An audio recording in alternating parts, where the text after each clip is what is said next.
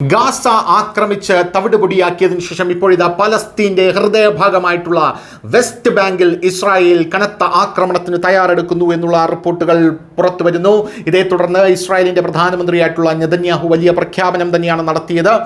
Israel പ്രധാനമന്ത്രി Netanyahu ഒരു വലിയ പ്രഖ്യാപനം നടത്തിയതിൽ വെസ്റ്റ് ബാങ്കിൽ വലിയ തോതിലുള്ള സൈനിക നടപടിക്ക് ഇസ്രായേൽ തയ്യാറാണെന്ന് അദ്ദേഹം പറഞ്ഞു. മേഖലയിലെ സൈനിക പ്രചാരണം ശക്തമാക്കുന്നതിന്റെ സൂചനയായി നെതന്യാഹുവിന്റെ ഈ പ്രസ്താവനയെ കാണുന്നു എന്നുള്ളതാണ് പ്രധാനപ്പെട്ട കാര്യം. ഗ്രാമങ്ങളിൽ പ്രവേശിക്കാൻ തിരച്ചിൽ നടത്താനും ആയുധങ്ങൾ പിടിച്ചെടുക്കാനും അറസ്റ്റ് ചെയ്യാനും സുരക്ഷാ സേനയ്ക്ക് നിർദ്ദേശം നൽകിയിട്ടുണ്ടെന്ന് നെതന്യാഹു മാധ്യമപ്രവർത്തകരോട് പറഞ്ഞതായി അൽ ജസീറ റിപ്പോർട്ട് ചെയ്യുന്നു. മേഖലയിൽ നടന്നുകൊണ്ടിരിക്കുന്ന റെയ്ഡുകളും അക്രമാസക്തമായ ഏറ്റുമുട്ടലുകളും കണക്കിലെടുത്ത് ഈ നിലപാട് വളരെ കർശനമായിട്ടാണ് കണക്കാക്കപ്പെടുന്നത്.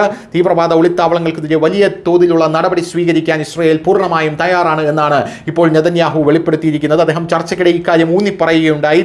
മുഴുവൻ പ്രദേശത്തും തങ്ങളുടെ പിടി ശക്തിപ്പെടുത്തുന്നതിലും സുരക്ഷാ പ്രവർത്തനങ്ങൾ ശക്തമാക്കുന്നതിലുമാണ് സൈന്യത്തിന്റെ ഇപ്പോഴത്തെ ശ്രദ്ധ. വെസ്റ്റ് ബാങ്കിൽ ഇസ്രായേൽ സൈനിക റെയ്ഡുകൾ ആരംഭിച്ച സമയത്താണ് നെതന്യാഹുവിന്റെ ഈ പ്രസ്താവന എന്നുള്ളതും നമ്മൾ എടുത്തു പറയേണ്ടതാണ്. ഈ സമയത്ത് ചില പ്രദേശങ്ങളിൽ ഇസ്രായേലി കുടിയേറ്റക്കാർ ആക്രമണം നടത്തിയതായ റിപ്പോർട്ടുകൾ പുറത്തു വന്നിട്ടുണ്ട്. തൽഫലമായി നിലവിലെ പ്രവർത്തനം കൂടുതൽ ശക്തമാക്കുന്നതിന്റെ സൂചനയായി ഈ പ്രസ്താവനയെ കാണുന്നു.